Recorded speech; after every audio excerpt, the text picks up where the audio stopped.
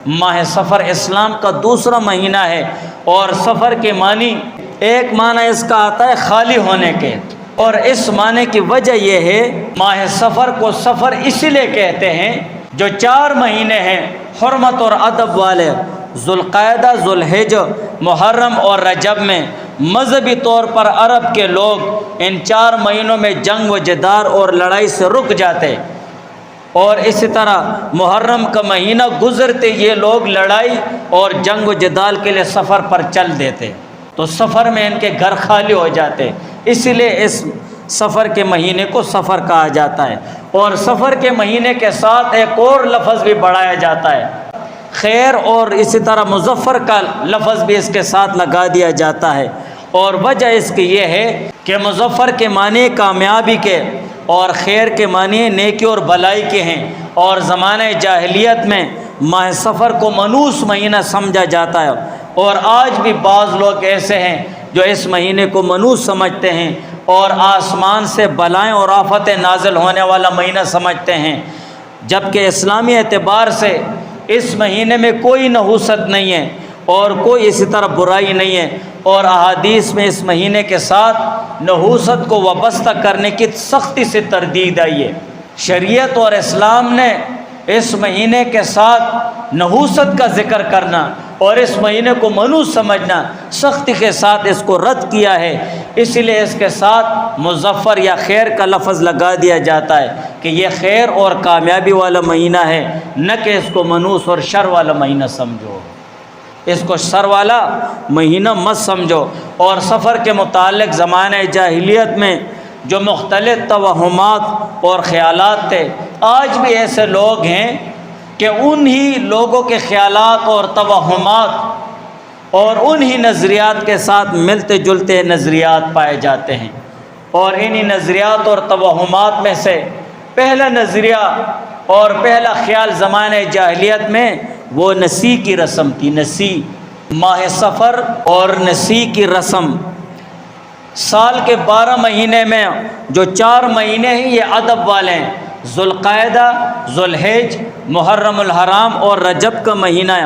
یہ خاص ادب والے مہینے شمار کیے جاتے، ان میں خون ریزی، قتل و قتال، یہ ساری چیزیں بند کر دی جاتی، یہاں تک کہ زمانے جاہلیت میں عرب کے لوگ اپنے باپ کے قاتل کو بھی کچھ نہیں کہتا ہے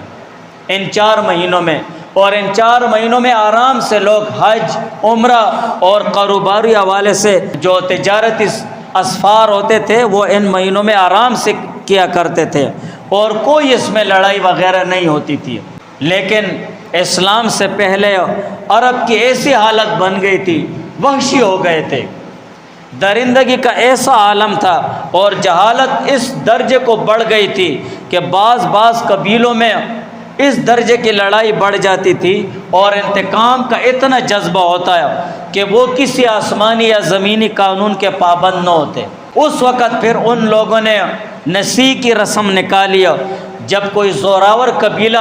کسی دوسرے قبیلے کو ختم کرنے کے در پر ہو جاتا،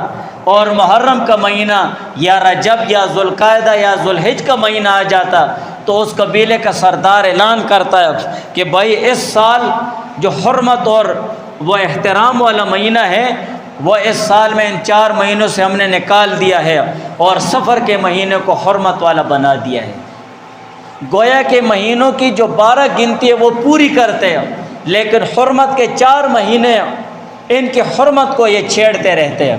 محرم کو نکال دیا ہے، اس سال محرم کا مہینہ حرام نہیں ہوگا، محرم کا مہینہ ادب والا نہیں ہوگا، بلکہ سفر کا مہینہ ادب والا ہوگا، لہٰذا محرم میں اپنی خواہشیں پوری کرتے اور لڑائیوں میں لگ جاتے۔ انہوں نے یہ نسی کی رسم نکالی ہے، اور اسی طرح پھر اگلے سال اعلان کر دیتے کہ بھائی اس سال محرم کا مہینہ ادب والا ہوگا اور سفر کا مہینہ حلال ہو گیا ہے۔ اب وہ پابندی ختم ہو گئی ہے، اور ان کی یہ جو جاہلی رسم تھی یہ کافروں کے گمراہی کو اور بھی بڑھا دیا تھا اس نے۔ اسی نسی کی رسم کو قرآن میں اللہ تعالیٰ نے ذکر فرمایا اور سختی کے ساتھ گرفت فرمایا۔ اس کے علاوہ بھی سفر میں بعض لوگ وہ بدفعلی لیتے ہیں، یعنی زمانہ جاہلیت میں لوگوں کا سفر کے متعلق یہ گمان تھا کہ اس میں بہت ساری بلائیں نازل ہوتی ہیں اور مصیبتیں نازل ہوتی ہیں، اس طور پر بدفعلی لیتے۔ اور یہ سفر اور پیٹ کی بیماری ہے۔ زمانہ جاہلیت میں لوگ سفر کو اس لیے سفر کہتے ہیں کہ سفر اس بیماری کو کہتے ہیں جو پیٹ میں سخت بھوک کی حالت میں پیدا ہوتی ہے، اور ایک ایسا مروڑ پیدا ہوتا ہے جس سے آنتیں کٹ جاتی ہیں اور مر جاتا ہے، اس لیے اس مہینے کو یہ سفر کہتے ہیں، یعنی اس درجے کا منوس اس کو کہتے تھے۔ اور اسی طرح ماہ سفر کے متعلق دوسرے توہمات بھی تھے۔ اس مہینے کو 13 تیزی کا نام بھی دیا جاتا ہے، اور یہ اس وجہ سے کہ یہ لوگ گمان کرتے ہیں کہ یہ مہینہ بہت تیزی کا مہینہ ہے، اور اس مہینے کو 13 تیزی کا نام اس لیے دیتے کہ حضور علیہ السلام کا مرض وفات، کہ حضور علیہ السلام نے جس مرض میں دنیا سے رحلت فرمائی ہے اس مہینے میں شروع ہوا تھا، سفر کے مہینے میں، اور وہ مشہور روایات کے مطابق 13 دن مسلسل جاری تھا، جس کے بعد حضور علیہ السلام کا وصال مبارک ہوا ہے۔ اس سے بعض لوگوں نے یہ سمجھ لیا کہ حضور علیہ السلام کے ان 13 دنوں میں مرض کی شدت اور تیزی کی وجہ سے یہ مہینہ سب کے حق میں بھاری اور تیز ہو گیا ہے، لیکن ایسا کوئی عقیدہ نہیں ہے، یہ غلط بات ہے اور غلط نظریہ ہے۔ اور اسی طرح دوسرے توہمات کہ ماہ سفر میں آسمان سے وہ بہت زیادہ وہ بلائیں نازل ہوتی ہیں، اور اسی طرح لنگڑے لولے جنات زمین کی طرف اترتے ہیں اور زمین پر چلنے والوں سے کہتے ہیں بسم اللہ کہہ کر قدم اٹھاؤ تاکہ جنات کو تکلیف نہ ہو۔ ہم بھی جب چھوٹے چھوٹے ہوتے نا تو کہتے کہ یہ سفر کا مہینہ یہ ڈراؤنی مہینہ ہے، یہ 13 تیزی دا مہینہ ہے، 13 تیزی آہنا نا 13 تیزی دا مہینہ تے اس دے وچ بلائیاں سپر ہے بھائی تے پتہ نہیں کیسے کیسے لوگ کہتے ہیں، لیکن یہ ساری چیزیں من گڑت اور اسی طرح بیہودہ ہیں۔ بعض لوگ سفر کے آخری دنوں میں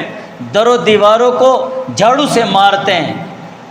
اس لیے کہ زمین کی طرف جو جنات اترے ہیں وہ بھاگ جائیں، یا اسی طرح ماہ سفر میں شادی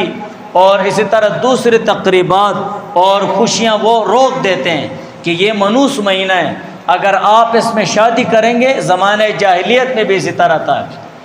کہ بھائی سفر میں شادی مت کرو، اس لیے کہ سفر میں شادی کرو گے تو یہ آگے نہیں چلتی ہے، ختم ہو جاتی ہے، طلاق ہو جاتی ہے، اس لیے یہ منوس مہینہ ہے۔ یا اسی طرح دوسری خوشیاں اگر کوئی کرتا ہے تو وہ کہتے ہیں کہ اس میں اس طرح خوشیاں مت مناؤ، لیکن شریعت میں ایسا کوئی نظریہ نہیں ہے، کوئی عقیدہ نہیں، یہ تمام باطل نظریات اور عقیدے ہیں۔ اور اسی طرح ماہ سفر کے متعلق من گڑت روایات بھی ہیں، جو موضوعی اور من گڑت روایات احادیث ہے لوگوں نے نکالی ہوئی ہے۔ ایک روایت اس قسم کے الفاظ سے ہے من بشرنی بخروج سفر بشرت بالجنہ، کہ جس نے مجھے سفر کے ختم ہونے کی بشارت دے دیے میں اسے جنت کی بشارت دیتا ہوں۔ یہ ویسے من گڑت روایت لوگوں نے بنائی ہوئی ہے، یہ بات کے لوگوں کی ایجاد ہے، یہ بالکل من گڑت اور غلط بات ہے۔ حضور علیہ السلام کی طرف ایسی باتوں کی نسبت کرنا گناہ ہے۔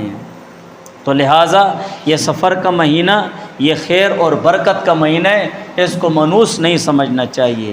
دوسری جو چیزیں ہیں تو وہ انشاءاللہ اگلی جو میں اس پر ذکر کروں گا۔